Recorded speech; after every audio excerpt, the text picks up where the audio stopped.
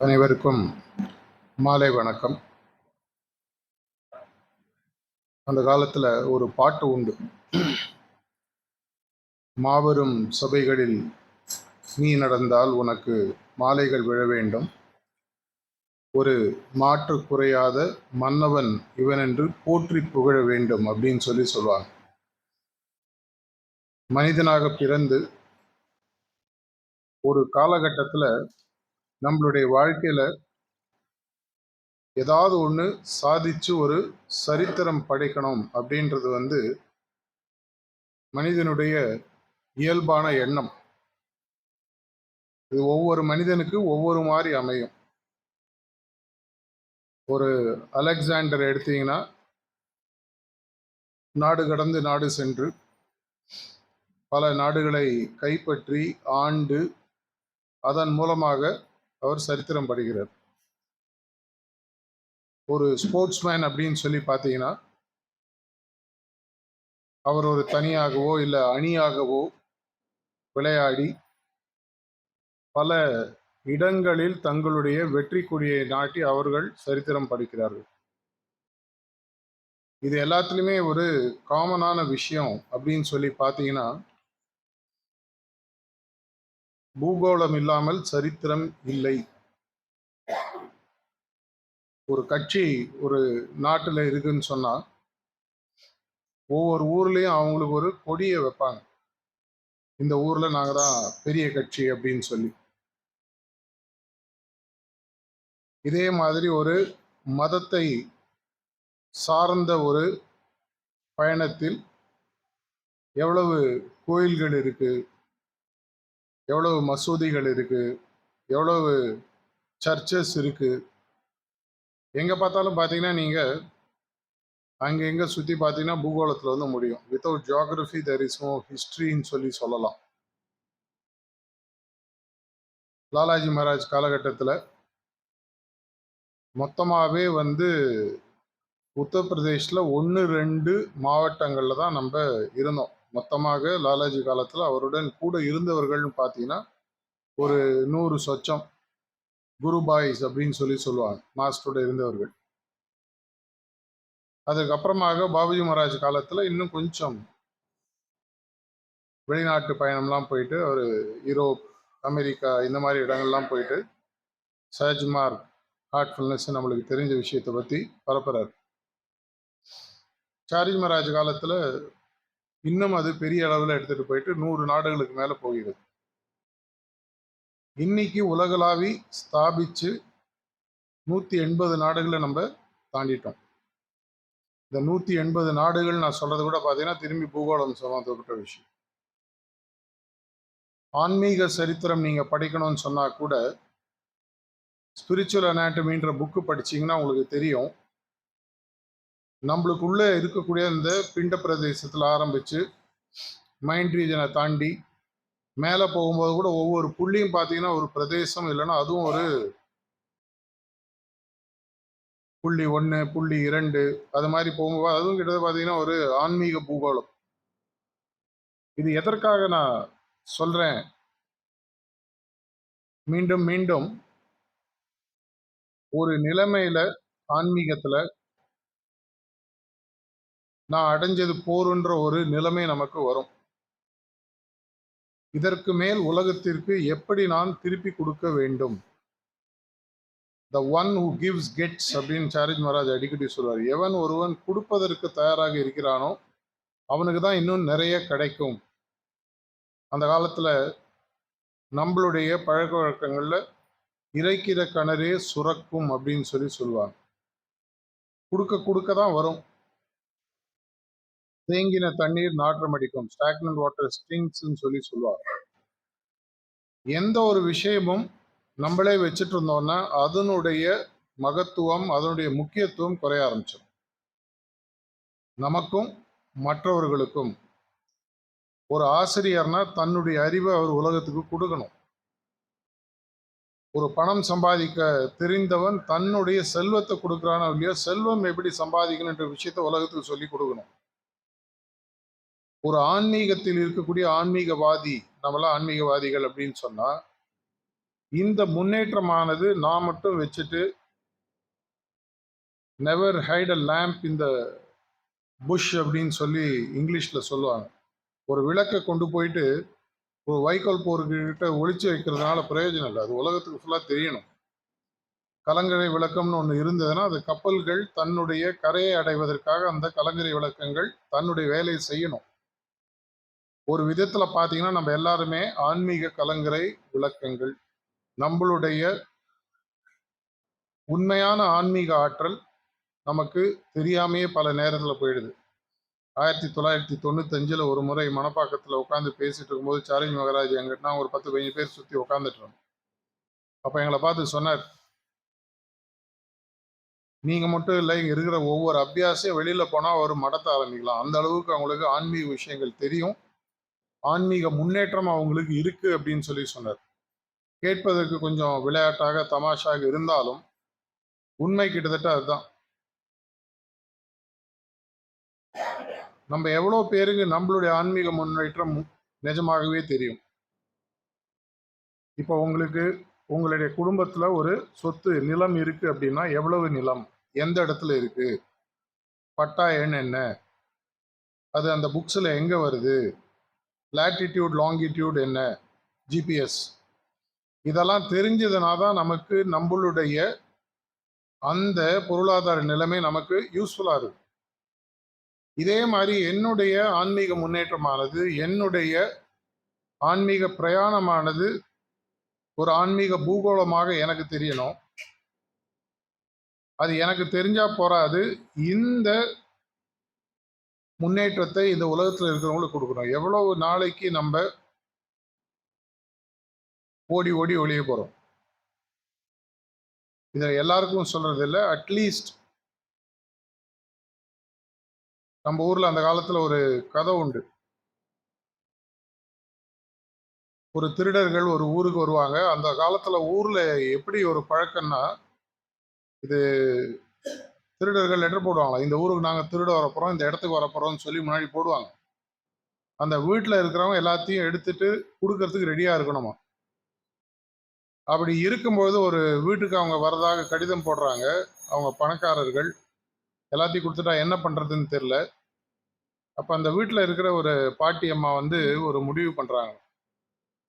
வந்த உடனே சொல்றாங்களா, நீங்களாம் திருடுங்கப்பா, பரவாயில்ல, பாவம் இவ்வளவு தூரம் நீங்க கலப்பா வந்திருக்கீங்க, முதல்ல சாப்பிடுங்கன்னு சொல்லி சாப்பாடு போடுறாங்க. சாப்பிட்டதுக்கு அப்புறமா அந்த திருட்டு கூட்டத்தினுடைய தலைவன் வந்து அந்த பாட்டி அம்மா காலில் விழுந்து, நாங்கள் கிளம்புறோமான், ஏங்க அப்படின்னு. உப்பு சாப்பிட்ட வீட்டில் கை வைக்கக்கூடாது, இது திருடனுக்கு இருக்கக்கூடிய ஒரு பண்பு அப்படின்னு சொல்லி சொல்லுவாங்க. அந்த அளவுக்கு நன்றி கடன்ற ஒரு விஷயம் நம்மளுடைய ரத்தத்துல ஊறி வளர்ந்த பாரம்பரியம் பண்பாடு உள்ள நாடு இது. முக்கியமாக தமிழ்நாடு. வந்தாரை வாழ வைக்கும் தமிழகம் அப்படின்னு சொல்லி சொல்லுவாங்க. அப்படின்னா என் கூட இருக்கிறவங்களுக்கு இந்த ஆன்மீக செல்வத்தை கொண்டு போய் கொடுக்காமல் நான் என்ன சரித்திரத்தை படைக்கப் போகிறேன்? தாஜி அடிக்கடி சொல்லக்கூடிய விஷயம், நீ இந்த உலகத்துல செய்யக்கூடிய ஆன்மீக பணியானது எப்படி இருக்கணும்னு சொன்னா, நீ அந்த மேல் உலகத்துக்கு ஒளி உலகத்துக்கு போகும்போது ஹைரார்கி உனக்காக ரெட் கார்பெட் போட்டு வெயிட் பண்ணிட்டு இருக்கணும். ரத்ன கம்பளம், சிவப்பு கம்பளம் போட்டுட்டு உங்களுக்காக வெயிட் பண்ணணும். எப்பேற்பட்ட ஒரு வாலண்டியர் வரான் பார், என்னுடைய பணியை இவ்வளவு பிரமாதமாக பண்ணியிருக்காங்க. விஸ்பர் நீங்க படிச்சீங்கன்னா அடிக்கடி ஒரு இடத்துல பல இடங்கள்ல பாபுஜி மகாராஜ் சொல்றார், இங்க நடக்கக்கூடிய சில பணிகளை பார்த்து அவங்க அங்க உற்சாகத்துல டான்ஸ் ஆடுறாங்க. நம்ம நினைக்கிற மாதிரி டான்ஸ் இல்லை. உற்சாகத்தில் அவர்கள் நடனம் ஆடுகிறார்கள் சொல்லி வருது, படிச்சிருப்பீங்க. இன்னொரு இடத்துல 2002 2003 விஸ்பர்ல பாபுஜி மகாராஜ் ஒரு இடத்துல சொல்றார், ஒவ்வொரு அபியாசியின் ஒவ்வொரு அசைவையும் நாங்கள் கவனித்துக் கொண்டிருக்கிறோம். ஒவ்வொரு அபியாசியின் ஒவ்வொரு அசைவையும் நாங்கள் கவனித்துக் கொண்டிருக்கிறோம். எனக்கு ரொம்ப நாளா புரியல. அது எப்படிங்க, அது ஒவ்வொரு அசைவையும் எப்படிங்க கவனிச்சுட்டு இருப்பாங்க அப்படின்னா, ஒரு விஷயம் ஆக்சுவலா நமக்கு ஒரு விஷயத்துல கொஞ்சம் கஷ்டமா இருக்கும்ல. நம்ம ஊர்ல சொல்லுவாங்க அந்த காலத்துல, அதனால பெட்ரூம்ல சாமி படம் வைக்க மாட்டாங்க, ஏன்னா அவர் பார்த்துட்டு இருப்பாரு. அப்படி இருக்கும்போது எதனால்ன்ற போது அப்புறம் தான் எனக்கு புரியுது. இந்த சூட்சும சரீரம் மாஸ்டருடைய அந்த சட்டில் பாடியானது நம்மளோட ஒவ்வொரு அபியாசோடையும் அட்டாச் ஆயிருக்கு. நம்மளுடைய உடலுடன் மாஸ்டருடைய அந்த சூட்சும சரீரம் சட்டில் பாடி அட்டாச் ஆகும் பொழுது ஆட்டோமேட்டிக்கா நம்மளுடைய ஒவ்வொரு மூமெண்ட்டும் அவருக்கு தெரியுது. உடனே நீங்க நினைக்கலாம் அப்படின்னா மாஸ்டருக்கு மனித அளவில் தெரியுமான்னா அதுக்கு ஒரு முறை சார்ஜ் மகராஜ் சொன்னார். மனித அளவில் மாஸ்டருக்கு தெரியணுன்ற அவசியம் இல்லை. ஆனால் உலகத்தில் விழக்கூடிய மரத்திலிருந்து விழக்கூடிய ஒவ்வொரு இலை கூட அவருடைய இதயத்தில் ஒரு அதிர்வை உருவாக்கும். நம்ம நிறைய இடங்கள்ல நம்ம படிச்சிருக்கோம். ஷாஜகான்பூர் ஆசிரம் கட்டும் பொழுது ஒரு மரத்தில் அது உதிர்ந்து அந்த அடுத்த இலையுதிர் காலம் தாண்டுற வரைக்கும் பாபுஜி வெயிட் பண்றார். அந்த நேரத்தில் நம்ம கட்டக்கூடாது, அந்த மரத்தினுடைய தன்மை கெட்டு போயிடணும். அந்த அளவுக்கு அவங்க நம்மள பார்த்துட்டு இருக்காங்க. அப்படி இருக்கும் பொழுது எனக்கு மனிதனாக பிறந்தவன்றவன் கண்டிப்பாக ஏதாவது சாதனை செய்யணும்ன்ற ஆசை வரணும். சில பேரால அது பணத்தால செய்ய முடியும், சில பேர் அறிவுனால செய்ய முடியும். ஆனா எல்லாராலையும் ஆன்மீகத்துல செய்ய முடியும். ஆன்மீகம் எப்படி நான் சரித்திரத்தை படைக்கிறது? 10 விளக்கு ஏத்தி வைக்கிறதுக்கு என்ன திறமை வேணும்? 10 விளக்கு ஏத்தி வைக்கிறதுனா ஒரு வீடா போயிட்டு ஆக்சுவலா விளக்கு ஏத்த சொல்ல நானு. ஒரு 10 பேருக்கு ஆன்மீக வழியை காட்டுவதற்கு 10னா 10 இல்ல 50ஆ இருக்கலாம், 100ஆ இருக்கலாம், 300ஆ இருக்கலாம், 1000ஆக இருக்கலாம். அதுக்கு எனக்கு என்ன திறமை வேணும்? என்னுடைய ஆன்மீக பாதையின் மேல் எனக்கு ஒரு அசைக்க முடியாத ஒரு நம்பிக்கை இருக்கணும், பற்றுறுதி இருக்கணும். இதனால் என்னுடைய வாழ்க்கையில் உண்மையாகவே ஒரு பெரிய மாற்றத்தை நான் தொடர்ச்சியாக உணர்ந்து கொண்டிருக்கிறேன். ஒவ்வொரு முறை நான் தியானத்தில் இருக்கும் பொழுதும், ஒவ்வொரு முறை கான்ஸ்டன்ட் ரிமெம்பரன்ஸில் இருக்கும் போதும் எனக்குள்ள ஒரு மாற்றத்தை அவர் தொடர்ச்சியாக ஃப்ரீயாக லிட்டரலா 24/7 கொடுத்துட்டே இருக்கார். அப்படி இருக்கும் பொழுது இவ்வளவு ஒரு விதையாக இந்த ஆன்மீகத்தில் 5, 10, 15, 20 வருஷத்துக்கு முன்னாடி சேர்ந்து ஒரு விருட்சமாக இன்னைக்கு என்னை மாத்திருக்காருன்னா, நான் அட்லீஸ்ட் அது மாதிரி ஒரு 10, 20, 30 விதையாவது போட்டுட்டு போவேனாமா? ஒரு முறை ஒரு தாத்தாவும் பேரனும் ரோட்ல நடந்துட்டு போயிட்டு இருக்காங்க. அங்கங்க மரம் இல்லாத இடங்கள் வருகிறது. நிறைய இடங்கள்ல மரங்கள் இருக்கு. நல்ல வெயில் காலம். அந்த பேரன் தாத்தாவை பார்த்து கேட்குறானாம், எவ்வளோ நிழல் நல்லா இருக்கு. தாத்தா சிரிச்சுட்டே சொன்னார், இதுல பாதி மரத்துக்கு மேல நானும் என்னோட அப்பாவும் விதைச்சதுப்பா. 40, 50, 50 வருஷத்துக்கு முன்னாடி அவர் போட்ட விதையானது மரமாக வளர்ந்து, அந்த காலத்துல ஸ்டேட் ஹைவேல பார்த்தீங்கன்னா 2 சைட்லயும் உங்களுக்கு புளிய மரம் இருக்கும். இப்பவும் வந்து அந்த மரத்தெல்லாம் எடுத்ததுக்கு அப்புறம் திரும்பி ரீபிளான்டேஷன் பண்றாங்க. எதனால? அது எனக்கு பிரயோஜனம் இருக்கோ இல்லையோ, ஒரு தலைமுறையோ இல்ல 2 தலைமுறை தாண்டியோ யாரோ ஒருத்தருக்கு பிரயோஜனம் இருக்கும். ஒரு ஜெனரேஷன் மாறுதல் கொண்டு வரணும்னா 30 வருஷத்துக்கான தாக்கத்தை உருவாக்கணும்னு சார்ஜி மகராஜ் சொல்றாரு. இன்னைக்கு நீங்க செய்யக்கூடிய ஒரு வேலையானது 30 வருடங்களுக்குள் ஒரு பெரிய தாக்கத்தை எங்கேயோ ஒரு இடத்துல கண்டிப்பாக உருவாக்கும். நம்ம எல்லாருமே நான் செஞ்ச வேலை என் கண்ணில் பலன் தெரியலையே அப்படின்றதுக்காக வேலை செய்யாத வாலண்டியர்ஸ் கூட நான் பார்த்துருக்கேன். நான் போறேங்க, 100 பேர் இருந்தாங்க, நான் பேசிட்டு வந்தேன், ஒரு ஆள் தான் சிட்டிங் எடுத்தாரு. அதுக்கும் பாபுஜி மகாராஜ் பதில் சொல்லியிருக்காரு. ஒரு முறை நீங்க விதையை தூவிட்டீங்கன்னா, இந்த ஜென்மத்துலலாம் இன்னும் அடுத்த ஜென்மமோ அதுக்கு அடுத்த ஜென்மமோ ஏதோ ஒரு ஜென்மத்தில் அந்த ஆள் திரும்பி வருவார். உங்களுடைய வேலை விதையை தூவுவது. அது வளருதா இல்லையா அது அவங்க பார்த்துக்கிட்டோம், அது உங்க வேலை இல்லை. வளர வச்சீங்கன்னா சூப்பர், வளர வைக்க முடியலன்னா அட்லீஸ்ட் விதையை எடுத்துட்டு தூவணும். இதற்கான ஒரு முயற்சி தான் நம்ம டிசம்பர் மாசத்துல தமிழ்நாட்டிற்காக நம்மளுடைய மாஸ்டர் கொடுத்த ஒரு லட்சியம், இல்லை ஒரு குறிக்கோள், ப்ராஜெக்ட் 17K. பல முறை நீங்க கேட்டிருக்கலாம். ஆனா மீண்டும் மீண்டும் பாபுஜி மகாராஜ் சாரிஜி மகாராஜுக்கு சொன்னார், நல்ல விஷயத்தை எவ்வளவு தடவை திரும்பி திரும்பி பேசலாம். அது நல்ல விஷயமா இருக்கக்கூடிய பட்சத்துல இந்த ப்ராஜெக்ட் 17Kன்றது என்ன? தமிழ்நாட்டில் கிட்டத்தட்ட ஒரு 17,000 கிராமங்கள் இருக்கிறது. டிசம்பர்ல மாஸ்டரோட பேசும்பொழுது, நாங்கள் சில ரீஜனல் ஃபெசிலிட்டிஸ்லாம் பேசும்பொழுது, அப்போ ஒருத்தர் மாநிலத்தை பற்றி கேட்டுட்டு வந்தார். இப்போ எங்கிட்ட வரும்போது அவர் கேட்டது, தமிழ்நாட்டில் எவ்வளோ கிராமம் இருக்குது அப்படின்னாரு. கிட்டத்தட்ட ஒரு 17,000 இருக்கும். 2025ல் ஒவ்வொரு கிராமத்திலையும் ஒரு வில்லேஜ் கோஆர்டினேட்டர் உருவாக்க முடியுமா, உன்னால் முடியுமான்னு கேட்டார். நான் எப்பவுமே எல்லாருக்கும் சொல்றது, மாஸ்டருடைய மனதில் ஒரு எண்ணம் உருவாயிடுதுன்னு சொன்னா அதுக்கு பின்னாடி இருக்கக்கூடிய சங்கல்ப சக்தின்னு ஒண்ணு இருக்கு. மாஸ்டர் ஒண்ணு நினைச்சாருன்னா அது கண்டிப்பாக நடக்கும். இன்னைக்கு நடக்கலன்னா நாளைக்கு, நாளைக்கு நடக்கலன்னா நாளைக்கு. இந்த சங்கல்ப சக்தின்றது அவருடைய மனதில் உருவாகி தமிழ்நாட்டில் இருக்கக்கூடிய எல்லா கிராமங்களிலும் ஒரு வில்லேஜ் கோஆர்டினேட்டர் உருவாக்க முடியுமா, செய்யின்னு அவர் சொல்லலை. ஏன்னா எப்பவுமே சார்ஜ் மகாராஜ் சரி மாஸ்டரும் சரி சொல்லுவாங்க, நேரடியான கட்டளைகளை நார்மலா மாஸ்டர் யாருக்கும் கொடுக்க மாட்டாங்க. ஏன் அப்படின்னு கேட்டபோது அதுக்கு அருமையாக ஒரு முறை பாபுஜி மகாராஜ் சார்ஜி மகாராஜ் பதில் சொன்னாராம். நான் உனக்கு ஒரு விஷயத்தை நேரடியாக சொல்லி நீ செய்யலைன்னா குரு துவேஷம் உன் மேல வந்துடும், அந்த பாவம் உனக்கு வரக்கூடாது. அதனால அவங்க எப்பவுமே பார்த்தீங்கன்னா சஜஷன், அதுலேயும் சட்டில் சஜஷன் ரொம்ப சூட்சமமாக இருக்கும். ரொம்ப ரொம்ப சூட்சமாக இருக்கும். 17,000 கிராமம் இருக்கா, வில்லேஜ் கோஆர்டினேட்டர் ஒன்று கொண்டு வர முடியுமா, செய்யின்னு அவர் சொல்லலை. ஏன்னா அது சொல்லிட்டோன்னு நம்மளுக்கு பாயிண்ட் டி ஜாஸ்தி ஆகிடும். பாயிண்ட் டி எல்லாம் உங்களுக்கு தெரியும் இல்லையா, நம்மளுடைய மனதில் நம்ம ஒரு வேலை செய்யலேன்னு நம்மளுக்கு வருத்தத்துடன் நினைக்கும் பொழுது நம்ம மனசுல ஒரு கனம் உருவாகிறது. அது பாயிண்ட்ல போய் செட்டில் ஆகுது. இந்த வில்லேஜ் கோஆர்டினேட்டர் உருவாக்கணும்னா என்ன பண்ணணும், முதல்ல அவங்க எல்லாருமே எல்லா கிராமத்திலும் அட்லீஸ்ட் ஒரு அபியாசியாவது இருக்கும். நம்மளுடைய டேட்டா பேஸ்ல செக் பண்ணி பார்த்தா கிட்டத்தட்ட நம்மளுக்கு ஒரு 4,000 கிராமங்கள்ல தமிழ்நாட்டில் அபியாசிகள் இருக்காங்க. இன்னும் ஒரு 13,000 கிராமங்கள்ல அபியாசிகள் இல்லை.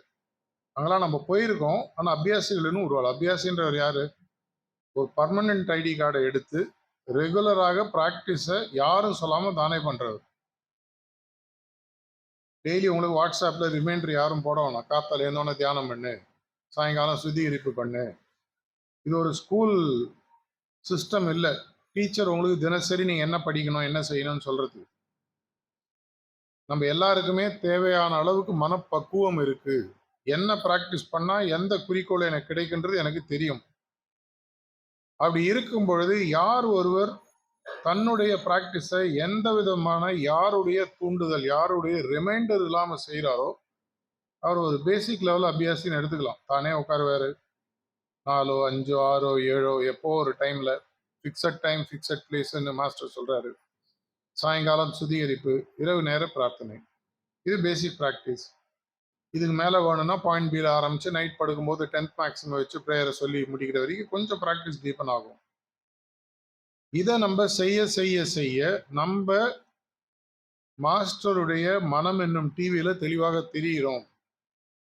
இதே மாதிரி 17,000 பேர் உருவாக்க சொல்றாரு, வேற ஒன்றும் இல்லை. இது ஒரு பெரிய கஷ்டமா, ஒரு சைடில் பார்த்தீங்கன்னா ஒன்றுமே இல்லை. நாங்கள் மத்தியானம் திரும்பி வரும்போது நானும் சகோதரர் லட்சுமி நாராயணன் பேசிட்டு வரும்போது 8 கோடி பேர் இருக்காங்க தமிழ்நாட்டில். 17,000 பெரிய விஷயமா? ஏன் 17,000, 17 லட்சம் ஏன் அவர் சொல்லலை? ஸ்கேலை ரொம்ப ஹைட்டாக வச்சா தலையில் இடிக்கும், நம்ம தாண்டுற அளவுக்கு கம்மியாக வச்சிருக்கோம். ஹை ஜம்பில் கொஞ்சம் கொஞ்சமாக தான் கோச் பெருசாக தூக்கிட்டு போவார். நேரடியாக 3 அடி 4 அடி 5 அடின்னு வச்சா தாண்ட முடியாது. முதல்ல 1/2 அடி 1 அடி 2 அடி 3 அடி தாண்ட தாண்ட தாண்ட உயரம் ஜாஸ்தி ஆகும். ஆக்சுவலாக பார்த்தீங்கன்னா ஒவ்வொரு அபியாசியும் ஒரு கிராமத்தை ஒரு மாதத்திற்கு தத்தெடுத்தால், ஒரு அபியாசி 10 கிராமத்தை தத்தெடுத்தீங்கன்னா நம்மளுக்கு கிட்டத்தட்ட நீ 15-20,000 அபியாசிகள் தமிழ்நாட்டில் ஆக்டிவா இருக்காங்க. கிட்டத்தட்ட 1,800 ப்ரிசெப்டர்ஸ் இருக்காங்க. ஒவ்வொரு ப்ரிசெப்டர் 10 கிராமங்களை எடுத்தானாலே 17,000 கிராமம் ஓவர். என்ன பண்ணோம், மே மாதம் ஒரு கிராமத்தில் போயிட்டு அங்கேயே இருங்க. அந்த கிராமத்தில் ஒரு அபியாசி உருவாக்குற வரைக்கும் நீங்கள் வேற ஒன்றும் பண்ண வேணாம். ஒரு நாள் போனாலும் போகிறோம், வாரத்தில் 2 முறை போனால் போகிறோம், எவ்வளோ தடவை போகணும்னு தோணுதோ போயிட்டு வாங்க. இதில் அபியாசிகளும் கூட சேர்ந்துட்டாங்கன்னா இன்னும் பணி இன்னும் சுலபமாக ஆகிவிடும். 15,000 20,000 அபியாசினா ஆளுக்கு 2 கிராமம் எடுத்தா போதும். இந்த கிராமத்தை நான் தத்து எடுத்துக்கிறேன். உதாரணத்துக்கு இந்த TN02ன்ற ஜோன்ல எவ்வளவு கிராமங்கள் இருக்கும் மொத்தமா? 2000 கிராமம். எவ்வளவு அபியாசிகள் இருக்காங்க ஆக்டிவா? ஒரு 500 600 1000 1000 1000த்துல ஆளுக்கு 2 கிராமங்கள் நீங்க எடுத்தீங்கன்னா வேலை முடிஞ்சு போச்சு. என்ன பண்ணணும்? அந்த ஊருக்கு போகணும். மத்தியானம் ஒரு இடத்துல பேசணும். சகோதரர் யுவராஜ் சொன்னார், இதை தான் நம்ம ரொம்ப நாளாக பண்ணிட்டு இருக்கோம். நேரடியாக தியானம் செய்யுங்கள், யாரையும் சொல்ல வேணாம். ஏன்னா இன்னைக்கு மக்களுக்கு நேரடியாக ஒரு பொருளை கொடுத்தீங்கன்னா அவங்களுக்கு ஒரு ரெசிஸ்டன்ஸ் இருக்கு. இதை மடை மாற்றுவதற்காக நம்ம இந்த ஒன்றிணைவோம் வான்ற செகண்ட் இன்னிங்ஸ், ஃபர்ஸ்ட் இன்னிங்ஸ் 2023 அக்டோபர்ல ஆரம்பிச்சு மார்ச் 2024 வரைக்கும் நடந்தது. இந்த ஒன்றிணைவோம் வா வெர்ஷன் 2.0 என்ன பண்ணியிருக்கோம் அப்படின்னு பார்த்தீங்கன்னா, ஒரு கிராமத்திற்கு போயிட்டு அந்த கிராமத்தில் அவர்களுடைய வாழ்வாதாரம் இப்ப இருக்கிறத விட இன்னும் செம்மையாக ஆகுவதற்கு சில உதவிகளை செய்ய போறோம். இதை போய் சொன்னா யாரா வேணான்னு சொல்லுவாங்களா? உங்களுடைய வேளாண்மை திறன், உங்களுடைய விளைச்சல் இப்ப இருக்கிறத விட இன்னும் பெட்டரா பண்ணி தரத்துக்கான சில உத்திகளை சொல்லி தருகிறோம். அப்படி சொன்னீங்கன்னா யாரா வேணான்னு சொல்லுவாங்களா? தியானத்தை பத்தி நான் பேசவே இல்லை. உங்களுடைய பள்ளி செல்லும் மாணவர்கள் 5லிருந்து 15 வயதிற்குள் இருப்பவர்களுக்கு அவர்களுடைய செயல்திறன்களும் எண்ணத்திறன்களும் உணர்வு திறன்களும் இப்ப இருக்கிறத விட பெட்டர் ஆக்கிறதுக்கு பிரைட்டர் மைண்ட் சொல்லித்தரோம். இதுல எங்க தியானம் வருது? மூன்றாவது, இன்னைக்கு இருக்கக்கூடிய ஒரு பெரிய பிரச்சனை தமிழ்நாட்டில் பார்த்தீங்கன்னா போதை கலாச்சாரம் ஜாஸ்தியாயிருக்கு. எல்லாருக்குமே தெரியும். தெரிஞ்சோ தெரியாமையோ ஒரு 3 மாசத்துக்கு முன்னாடி நர்காட்டிக்ஸ் பீரோனுடைய தமிழ்நாடு ஹெட் எங்களை கான்டாக்ட் பண்ணாரு. உங்களை பத்தி நிறைய கேள்விப்பட்டிருக்கோம். போதை முறிவுக்கு நீங்க ஏற்கனவே தெலுங்கானா ஆந்திராலாம் ஒர்க் பண்ணியிருக்கீங்களே, இதே மாதிரி தமிழ்நாட்டில் இருக்கக்கூடிய 38 மாவட்டங்களுக்கும் எங்களுக்கு ஹெல்ப் பண்றீங்களா? பழம் நழுவி பாலில் விழுவது போல் நானே உங்களுக்கு கலெக்டருக்கு லெட்டர்ஸ் கொடுக்குறேன் அப்படின்னு பேசி, இப்போ நீங்க எங்க போனாலும் ஒரு ஸ்டாண்டி இருக்கும், பார்த்துருப்பீங்க. இங்க இருக்கான்னு தெரியல. அந்த ஸ்டாண்டில பார்த்தீங்கன்னா NCBன்னு ஒரு போட்டு ஒரு சீல் இருக்கும். நர்காட்டிக்ஸ் பீரோனுடைய சீல் இருக்கும். நம்மளோட அவங்க இணைஞ்சு ஒரு MOU நம்ம சைன் பண்ணிடுவோம்.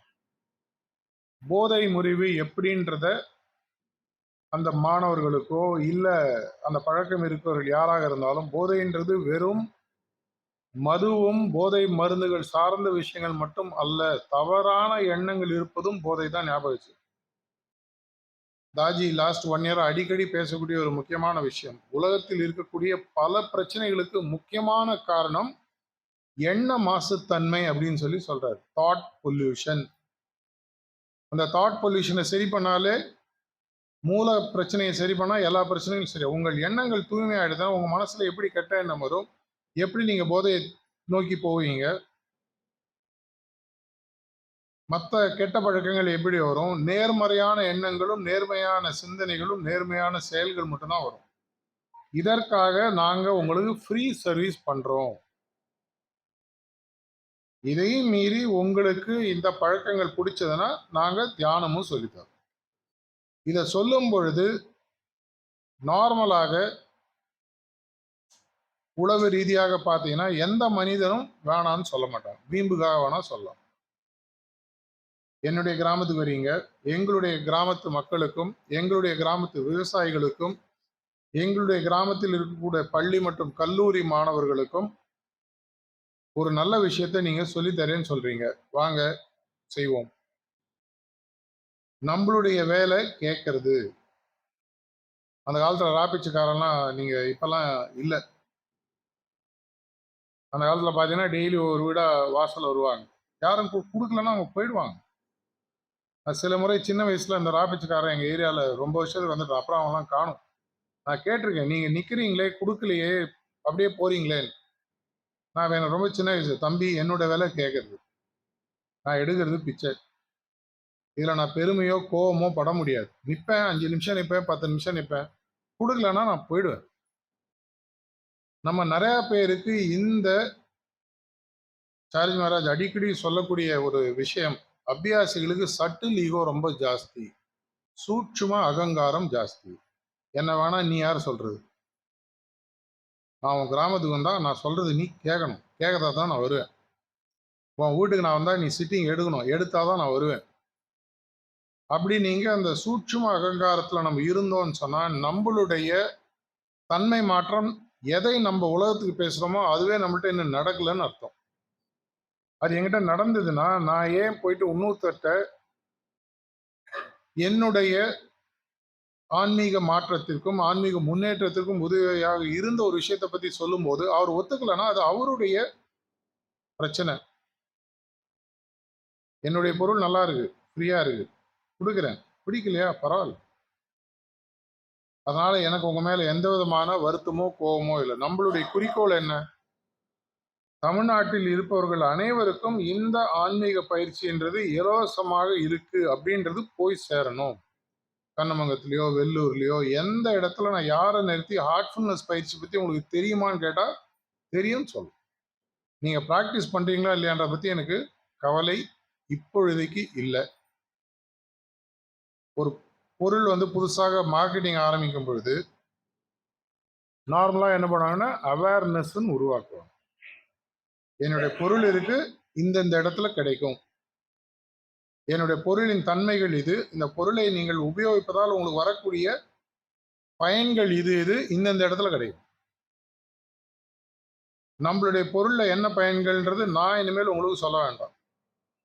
உங்களுக்கு இந்த நேரத்துக்கு தெரிஞ்சிருக்கணும். ஏன்னா நீங்க ஏற்கனவே ப்ராக்டிஸ் பண்ணிட்டு இருக்கீங்க. எங்கெங்க கிடைக்கும்? இன்னைக்கு என்னுடைய பாக்கெட்ல நீங்க பாக்குற மாதிரி இந்த மொபைல் இருக்கிற எல்லாருக்கும் அவங்களுடைய மொபைல்லயே கிடைக்கும். அவரு என்னுடைய வீட்டுக்கு வர வேணாம், என்னுடைய சென்டருக்கு வர வேணாம், ஒரு ப்ரிசெப்டருக்கு போக வேணாம்.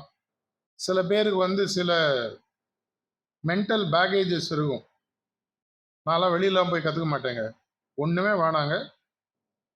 நம்மளுடைய இந்த ஸ்டாண்டிலையும் நம்ம ரெடி பண்ணியிருக்கிற ப்ரோஷர்லையும் பார்த்தீங்கன்னா ஒரு கியூஆர் கோடு இருக்கும். அந்த கியூஆர் கோடை ஸ்கேன் பண்ணீங்கன்னா ஹார்ட்ஃபுல்னஸ் ஆப் 2 நிமிஷத்துல டவுன்லோட் ஆகிடும். 30 MB. இன்னைக்கு மொபைல் ஃபோன் இல்லாத தமிழர்களே கிடையாது. கிட்டத்தட்ட 1.45 மொபைல் பெனட்ரேஷன் தமிழ்நாட்டில்னு சொல்லி சொல்றாங்க. அதாவது 8 கோடி மக்கள் இருக்கிற இடத்துல கிட்டத்தட்ட 11 கோடி மொபைல் ஃபோன் தமிழ்நாட்டில் இருக்கு.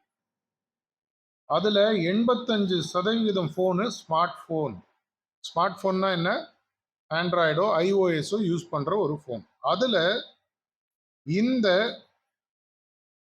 அப்ளிகேஷனை ஆப்னு சொல்லுவாங்க. டவுன்லோட் பண்றதுக்கு டேட்டா லிட்டரலா ஃப்ரீ. வருஷத்துக்கு 2000 ரூபாய் 3000 ரூபாய் கட்டிங்கன்னா ஒரு நாளைக்கு 2.5 GB ஃப்ரீ. எல்லாருக்கும் தெரியும்.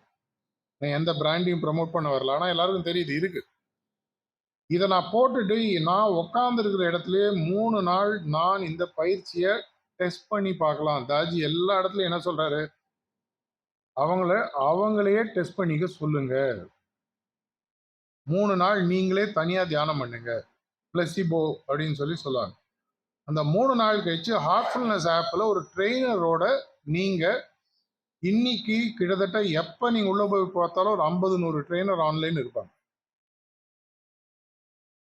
அப்படி இல்லையா மாஸ்டர் கிளாஸ் வீடியோ அவருக்கு காப்பி பண்ணி கொடுத்துருங்க.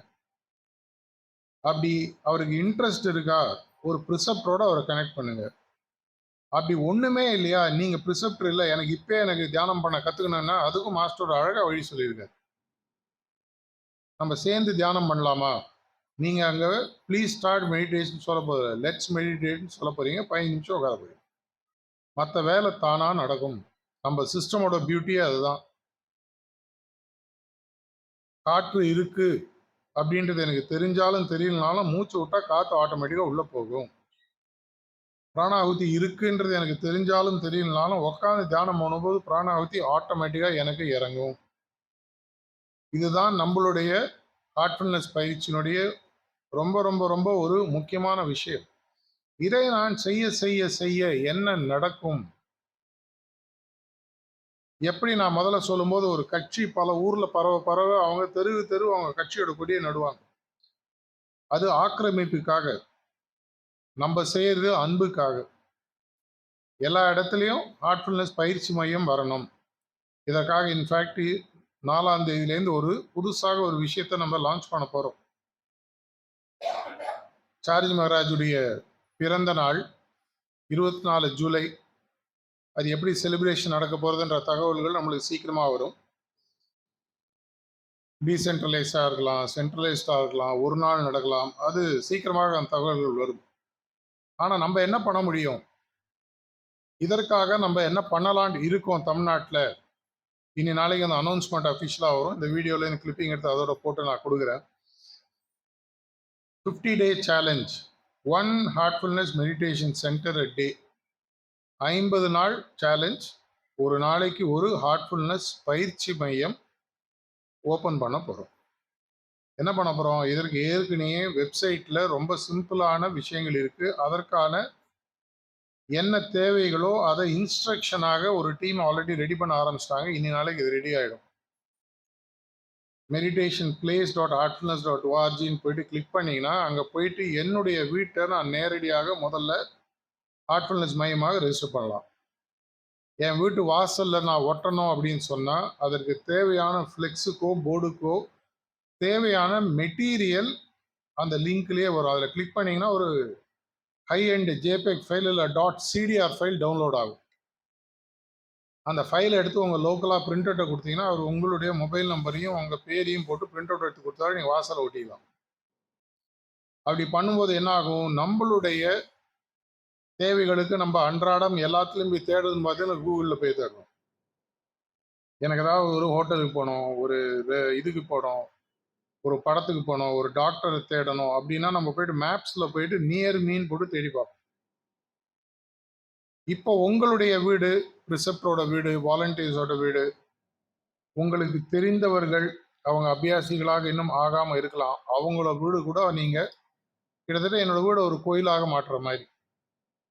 என் வீடு நான் ஒரு கோயிலாக மாற்றி ஒரு விக்கிரகம் வைக்கிறதுக்கு போல என்னோட கோயிலை ஒரு ஆசிரமமாக, ஒரு சென்டராக, மையமாக மாற்றி அதற்கு ஒரு ஹார்ட்ஃபுல்னஸ் தியான மையம்ன்ற பெயரை கொடுத்து அதை கூகுளில் ஏற்றினேன்னா என்ன நடக்கும்னா ஒரு பெரிய மேஜிக் நடக்கும். ஒரு 2 ஸ்கொயர் கிலோமீட்டரில் யார் யாரெல்லாம் தியானம் சார்ந்த சர்ச் இன்ஜின் ஆப்டிமைசேஷன் கீவேர்ட்ஸ் தேடுறாங்களோ, எனக்கு அமைதி வேணும், எனக்கு ரொம்ப டென்ஷனாக இருக்குது, எனக்கு ஸ்ட்ரெஸ் இருக்குது, எனக்கு தியானத்தை பற்றி கற்றுக்கணும், எனக்கு ரிலாக்ஸ்டாக இருக்கணும், எனக்கு யோகா பற்றி தெரியணும், இது மாதிரி ஒரு 10-15 வார்த்தைகளை அவங்க தேடும் பொழுது உங்களுடைய அட்ரஸ், கான்டாக்ட் டீட்டெயில் அங்கே பாப்அப் ஆகும். உடனடியாக உங்களை அவங்க கூப்பிடுவாங்க. இது எல்லாம் நீங்கள் அந்த லிங்க்ல போயிட்டு பதிவு பண்ணாதான் நடக்கும். பதிவு பண்ணாமல் உங்களுடைய தகவல் அவங்க யாருக்கும் தெரியாது. என்னுடைய வீட்டில் ஹார்ட்ஃபுல்னஸ் தியான மையம் ஆரம்பிக்கிறதுக்கு நான் ரெடியாக இருக்கேன்ற அந்த அக்செப்ட் டேர்ம்ஸில் போய் போட்டு டீட்டெயிலில் போட்டு ஆட்டோமேட்டிக்காக அது ஜிபிஎஸ்ஸை எடுத்துக்கும். அதில் வந்துடுதுன்னு சொன்னால் அவங்களும் ஆட்டோமேட்டிக்காக நீங்கள் கொடுத்த அந்த தகவல் தொலைவு அந்த மொபைல் நம்பரில் கூப்பிடுவாங்க. நீங்கள் ப்ரிசப்டராக இருந்தீங்கன்னா அவங்களை கூப்பிட்டு செட்டிங் கொடுங்க. வாலண்டியராக இருக்கீங்க, இல்லை ஒரு அபியாசியாக இருக்கீங்கன்னு சொன்னால் நான் சொன்ன மாதிரி ஹார்ட்ஃபுல்னஸ் ஆப்லேயோ இல்லை மாஸ்டர் கிளாஸ் மூலமாகவோ ஒன்றுமே இல்லைன்னா வரவட்ட உட்காருங்க, நம்ம 2 பேர் சேர்ந்து தியானம் பண்ணலாம். எப்படி தியானம் பண்ணோம் 2 நிமிஷத்தில் நான் சொல்லித்தரேன். கண்ணை மூடி உட்காருங்க. உலகத்தில் இருக்கக்கூடிய பிரபஞ்ச சக்தியானது, கடவுளின் சக்தியானது உங்கள் இதயத்திலும் ஒரு ஒளி ரூபமாக இருக்கின்ற எண்ணத்துடன் 10 நிமிஷம் உட்காரு. இவ்வளோதான் தியானம். இதுக்கு மேலே சொல்லவே வேணாம். புதுசாக வரவன்ட்ட பேசி குழப்பாதன்னு மாஸ்டர் அடிக்கடி சொல்கிறார். அவன் தெளிவாக வரான், நம்ம பேசி குழப்பிடுறோம். சிட்டிங் 10 நிமிஷம், பேசுறது 1.5 மணி நேரம். நான் பேசுகிற 1.5 மணி நேரத்துக்கும் சிட்டிங்கு சம்மந்தம் இல்லை. ஆனால் இதுதான் நடக்குது பல இடங்கள். 5 நிமிஷம் தியானம், அந்த தியானம் எப்படின்னு சொல்கிறதுக்கு 1.5 மணி நேரம். வடை சுடுறது 2 நிமிஷம், வடை சுடுறது எப்படின்றது 1.5 மணி நேரம் வீடியோ போடுவாங்க. சீக்கிரம் வடையை சுட்டா சாப்பிட்டு போயிடலாம். வாங்க உட்காருங்க. முதல் நாள் முடிஞ்சதா, நாளைக்கு சாயங்காலம் வாங்க. இதுதான் சுத்திகரிப்பு. இந்த ஹார்ட்ஃபுல்னஸ் ஆப்பை நீங்கள் இந்த லிங்க்லேருந்து QR கோட்லேயும் டவுன்லோட் பண்ணிக்கோங்க. நீங்களே இனிமேல் தியானம் பண்ணுங்க. முடிஞ்சதுன்னா எங்கள் வீட்டில் பக்கத்தில் ஒரு ப்ரிசப்ட் இருக்கார், ஒரு சென்டர் இருக்குது. வந்தீங்கன்னா கூட்டு தியானத்தில் நீங்கள் பார்ட்டிசிபேட் பண்ணலாம். மெதுவாக மெதுவாக மெதுவாக அவர்கள் உள்ளே வர வர நம்மளாம் அப்படி தான் வந்தோம். ஞாபகம் வச்சுக்கோங்க, நீங்கள் அட்லீஸ்ட் என்னுடைய கேஸில் நான் எங்கேயும் தேடி போகல. யாரோ ஒருத்தன் வந்து சொன்னான், சார்ஜ் மார்க்குன்னு ஒன்று இருக்குப்பா, நான் ப்ராக்டிஸ் பண்ணுறேன், உனக்கு இன்ட்ரெஸ்டடான்னு கேட்டான். அவனை 3 மாசம் நல்லா தொலைச்சு எடுத்து 1000 கேள்வி கேட்டு அதுக்கப்புறம் தான் நான் ஆரம்பிச்சேன். நேரடியா ஆரம்பிக்கல. அதே மாதிரி இங்க இருக்கிறவங்க நெறைய பேர் யாரும் நீங்க நேரடியாக அப்படியே ஒரு ஆன்மீக தேடல்ல வந்தீங்களான்னு தெரியல. நெறைய பேரு எனக்கு தெரிஞ்ச வரைக்கும் யாரோ ஒருத்தர் சொல்லி, "ஓ! தியானம் இருக்குங்க வரீங்களா? வரேங்க." புடிச்சு போச்சு கன்டின்யூ பண்றோம். இல்லன்னா ஒரு சனிக்கிழமை சாயங்காலம் இந்த இடத்துல நீங்க இவ்வளோ பேர் ஒரு 50, 60 பேர் எதனால உட்கார்ந்துட்டு இருக்கீங்க? இதன் மூலமாக ஏதோ ஒரு மாறுதல், ஏதோ ஒரு பயன் எனக்கு வந்திருக்குன்றது எனக்கு தெரியும். யாம் பெற்ற இன்பம் பெருகு வையகம். 17K ப்ராஜெக்ட் 17Kன்றது ரொம்ப சிம்பிள். 8 கோடி பேர் இருக்கக்கூடிய இந்த தமிழகத்தில், தொடர்ச்சியாக மக்கள் தொகை வளர்ந்து கொண்டிருக்கக்கூடிய இந்த தமிழகத்தில், 17,000 கிராமத்துல ஒவ்வொரு கிராமத்திலும் ஒரு அபியாசியை உருவாக்க சொல்லி மாஸ்டர் கேட்கிறார். இதற்காக தான் இந்த 50 நாள் திட்டம்ன்றதை உருவாக்கியிருக்கு. சார்ஜி மகாராஜுடைய பிறந்த நாளுக்கு அவருக்கு நாம் செலுத்தக்கூடிய ஒரு சிறு காணிக்கையாக குரு தட்சிணைன்னு சொல்லி சொல்லுவாங்க. ஜூன் 4லேருந்து ஆரம்பிச்சு ஜூலை 23 வரைக்கும் ஒரு நாளைக்கு ஒரு ஹார்ட்ஃபுல்னஸ் மெடிடேஷன் சென்டரை நான் பதிவிறக்கம் பண்ணணும், ரெஜிஸ்டர் பண்ணணும். அவ்வளோதான். 50 நாள் 50 ஹார்ட்ஃபுல்னஸ் மெடிடேஷன் சென்டர். இதே மாதிரி எல்லா அபியாசிகளும் பண்ணாங்கன்னா தமிழ்நாடு ஃபுல்லாக கிட்டத்தட்ட நீங்கள் டவர் கட்டுற மாதிரி, கொடி நாட்டுற மாதிரி.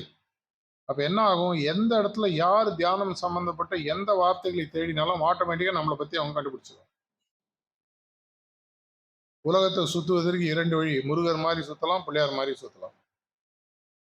முருகர் மாதிரி சுற்றணும்னா இறங்கி school connect, college connect, village connect அதுவும் செய்யுங்க, தப்பு இல்லை.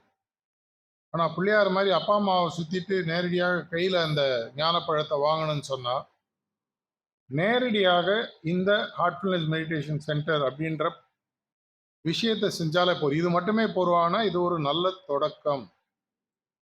நான் முதலே சொன்ன மாதிரி பூகோளம் எந்த அளவுக்கு நமக்கு கட்டுப்படுகிறதோ அந்த அளவுக்கு நம்முடைய வாழ்க்கை சரித்திரத்தில் பேசப்படுகிறது.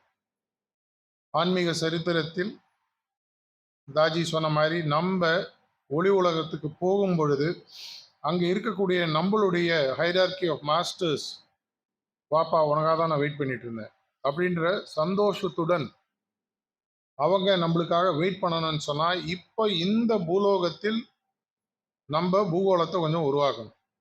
அதற்கான பிரயத்தனங்களை இதுவரைக்கும் செய்யலாம், இனிமேல் ஆரம்பிப்போம். இது ஒரு பெரிய கஷ்டம் இல்லை, ரொம்ப ரொம்ப சிம்பிளான விஷயம். ஒரு நாளைக்கு 10-15 நிமிஷம் நீங்கள் ஒதுக்குறீங்கன்னா ஒரு சென்டர் ரெஜிஸ்டர் பண்ணிடுங்க.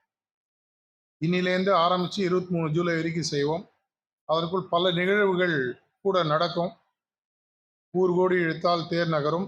எல்லோரும் சேர்ந்து ஹார்ட்ஃபுல்னஸ் இந்த விஷயத்தை தமிழ்நாடு ஃபுல்லாக எடுத்துன்னு போனோம் அப்படின்ற பிரார்த்தனையுடன் முடித்துக் கொள்கிறேன். நன்றி, வணக்கம்.